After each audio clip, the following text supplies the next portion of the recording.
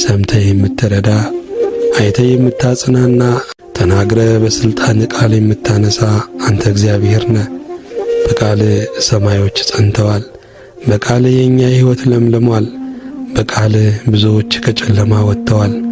በቃል እስራት ተበጥሷል።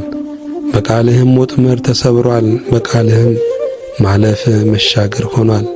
ጌታ ሆይ ቃልህ ሕያው ነውና ቃልህ የሚሠራ ነውና ስለ ከበረው ቃልህ እናመሰግንሃለን። አንተን ያለውን ባሪያዎችህን ለክፉ ለጨካኝም በእኛ ላይ ውድቀታችንን ለተመኘ ሁሉ አሳልፈህ አትስጠን።